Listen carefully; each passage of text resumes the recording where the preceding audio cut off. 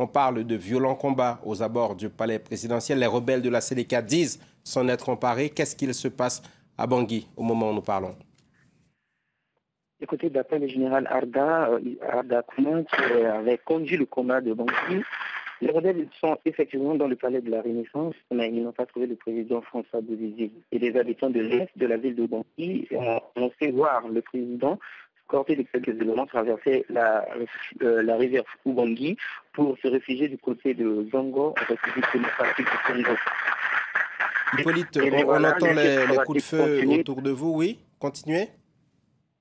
Les tirs sporadiques continuent et donc les rebelles qui viennent d'annoncer la prise du palais ont annoncé que ces tirs-là, c'est pour dissiper bien sûr les pilleurs, pour contrôler la situation.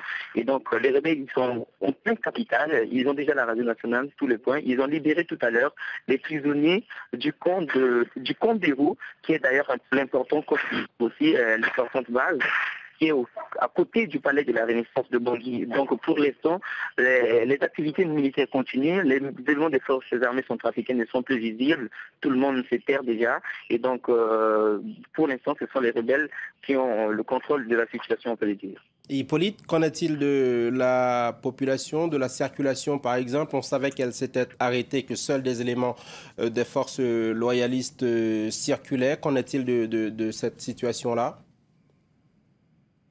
Oui, pour l'instant, la population, tout le monde est resté chez elle et donc personne n'est sorti. Pour l'instant, la circulation de la ville s'est bloquée. Il n'y a plus de véhicules civils d'ailleurs. Ce ne sont que des rebelles.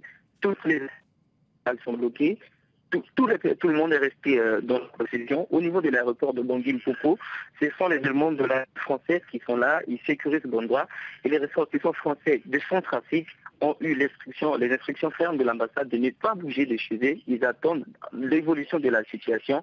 Et donc avec l'arrivée des militaires français, les ressortissants français bien sûr, qui sont dans la capitale centrafricaine, ne s'inquiètent pas beaucoup.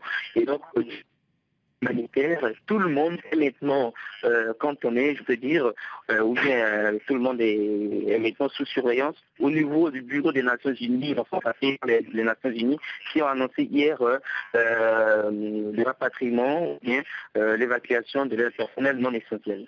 Hippolyte, dans la mesure où la liaison nous le permet, une dernière question. Qu'en est-il de la présence des autres forces africaines qui étaient présentes en Centrafrique? On pense aux Tchadiens, on pense aux Sud-Africains.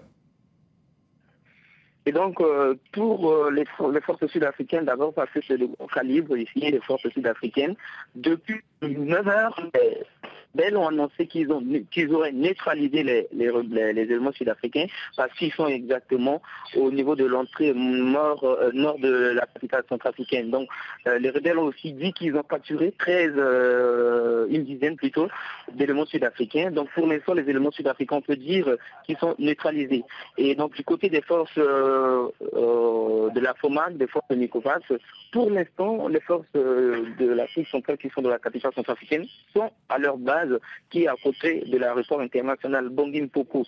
Et donc, ils ont pour maintenant mission, comme a dit le général Akada, qui est leur commandant, ils ont maintenant la mission de paix, ils n'ont plus depuis la suite des accords de Libreville.